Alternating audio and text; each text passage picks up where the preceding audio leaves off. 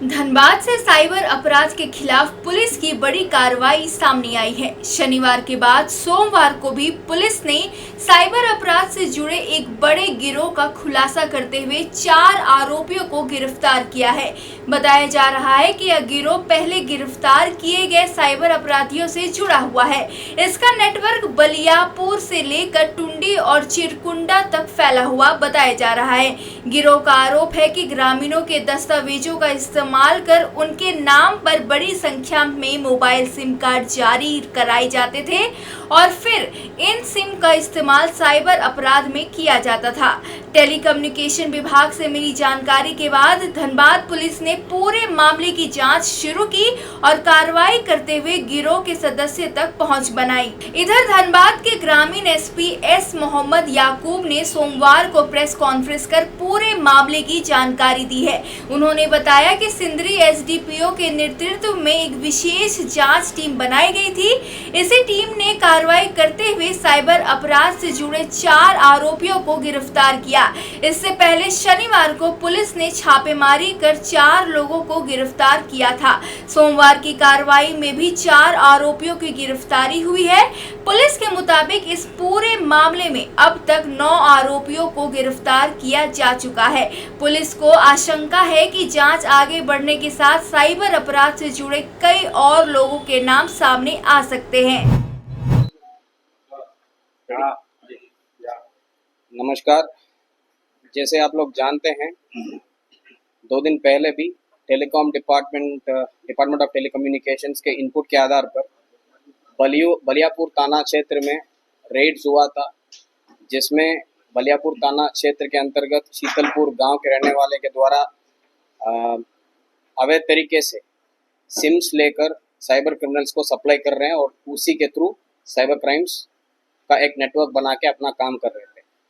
वैसे ही इस बार चिरकुंडा थाना क्षेत्र में डिपार्टमेंट ऑफ टेलीकम्युनिकेशंस का सेम इनपुट के आधार पर हमको सूचना मिला था कि एक मुकेश स्टोर है जो सिम कार्ड सप्लाई करता है, वो चिरकुंडा थाना क्षेत्र में ही है और इनके द्वारा बहुत अवैध तरीके से पैसा कमाने के नियत से more than approved number of SIMs लोगों को बेच देते हैं और उसमें उन लोगों को पैसा मिलता है। और ये जो सिम्स है अवैध तरीके से जो बेचा जा रहा है, उस सिम्स के खिलाफ एनसीआरपी पोर्टल में साइबर क्राइम का बहुत सारा कंप्लेंट्स भी रजिस्टर्ड है और इसी के आधार पर हम ये पता किए हैं, ये चिरकुंडा थाना क्षेत्र का ही रहने वाला एक अक्यूज्ड है जिनका नाम है आयुष सिंह है। इनके नाम में लगभग 15 to 16 सिम्स इश्यू हुआ है और उसमें बहुत सारा सिम्स साइबर क्राइम के लिए यूज़ हुआ है। तो इनको हम पूछताछ करने के लिए लेके आए हैं और ये जो क्राइम को कन्फेस किए हैं और ये बताए हैं कि इनका एक पूरा ऑर्गेनाइज्ड क्रिमिनल नेटवर्क है जो साइबर क्राइम करते हैं। तो इसमें इनका काम यही है, तो सिम कार्ड्स बहुत सारा ले लेते हैं और इनका जितने भी जान पहचान आदमी है उनके नाम में सिम कार्ड इशू करवा देते हैं और ये जो सिम्स है उसको साइबर क्रिमिनल्स को सप्लाई कर देते हैं। और जो साइबर क्रिमिनल्स है वो भी 4 लोग अरेस्ट हुए हैं। इनके द्वारा जो उस एरिया में रहने वाले जो गरीबी लोग हैं उनके नाम में बैंक अकाउंट्स खोला जाता है, उस बैंक अकाउंट्स को इस सिम कार्ड से लिंक कर देते हैं, फिर उसमें यूपीआई अकाउंट्स खोल देते हैं और वो यूपीआई खोलने के बाद वो बैंक अकाउंट्स को म्यूल बैंक अकाउंट्स को अपना साइबर क्राइम ट्रांजैक्शंस के लिए यूज़ कर देते हैं। अब इस पर्टिकुलर केस में आप देखेंगे तो एमपीएल ओपी जो एरिया में एक तिलतोड़िया विलेज है जो गांव है, तो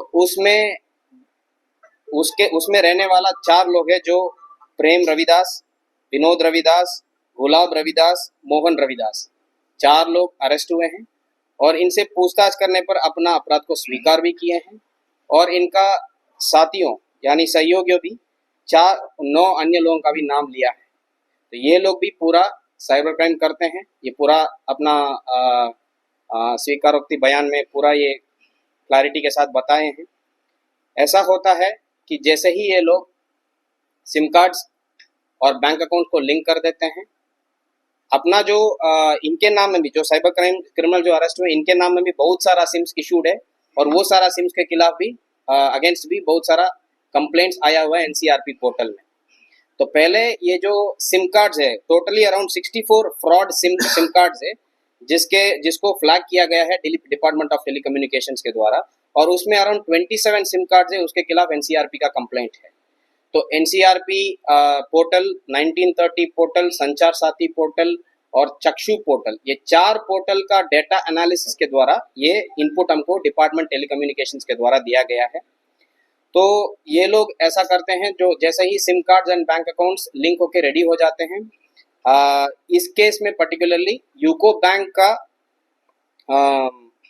मोबाइल बैंकिंग ऐप उसमें कुछ लूप होल्स निकालते हुए ये लोग टेलीग्राम के माध्यम से कुछ कस्टमर्स का डिटेल निकाल देते हैं, उनका मोबाइल नंबर्स और उनका कुछ फाइनेंशियल डिटेल्स इनको मिल जाता है और उसको वो पर्टिकुलर कस्टमर्स को कॉल करके सोशल इंजीनियरिंग करते हैं और करते हुए उनसे और डिटेल मांग लेते हैं, ओटीपीज और एटीएम कार्ड्स, डेबिट कार्ड्स, वो सारा का डिटेल मांग लेते हैं। उसको यूज़ करके ये अपना जो यूको बैंक का ऐप है उसको खोल देते हैं और उसमें जो पैसा है उसको तुरंत ट्रांसफ़र करके दूसरा कोई यूपीआई वॉलेट्स या अमेज़ॉन पे वॉलेट्स या बाकी जो वॉलेट्स अवेलेबल है फ़ोन पे वॉलेट उसमें ट्रांसफ़र कर देते हैं।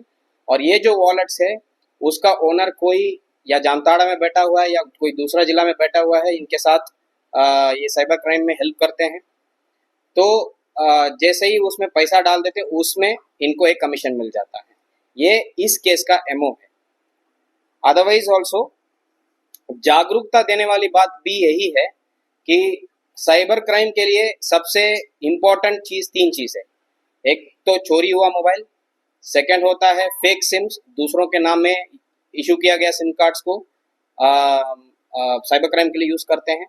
तीसरा होता है म्यूल बैंक अकाउंट्स कहते हैं, दूसरों के नाम में बैंक अकाउंट्स खोल के उनको कुछ रेंटल या कमीशन देते हुए हर ट्रांजैक्शंस के लिए उस बैंक अकाउंट को ऑलरेडी इशू हुआ फेक सिम्स को उसमें लिंक करते हैं, उसको साइबर क्राइम्स के लिए यूज़ करते हैं।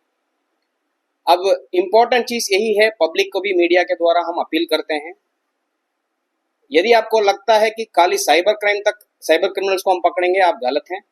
जो फेक सिम कार्ड्स आपके नाम में इशूड है, जो म्यूल बैंक अकाउंट्स आपके नाम में खोला गया और यूज़ कर रहे हैं साइबर क्राइम के लिए, यदि इसका संलिप्तता हमारा अपराध में पाया गया है तो वो सिम कार्ड्स और बैंक अकाउंट्स का ओनर्स को भी हम लोग अरेस्ट करेंगे, पुलिस ज़रूर अरेस्ट करेगा। तो आप लोगों को अपील यही है, प्लीज़ अपना नाम, अपना आधार कार्ड्स वो डिटेल देकर फेक सिम्स या म्यूल बैंक अकाउंट्स खोलने के लिए अलो मत कीजिएगा। पैसा कमाने के नियत से ये सब मत कीजिएगा। कुछ ट्रांजैक्शन का रिकॉर्ड पुलिस की पूछताछ में आरोपियों ने कई अहम जानकारी दी है।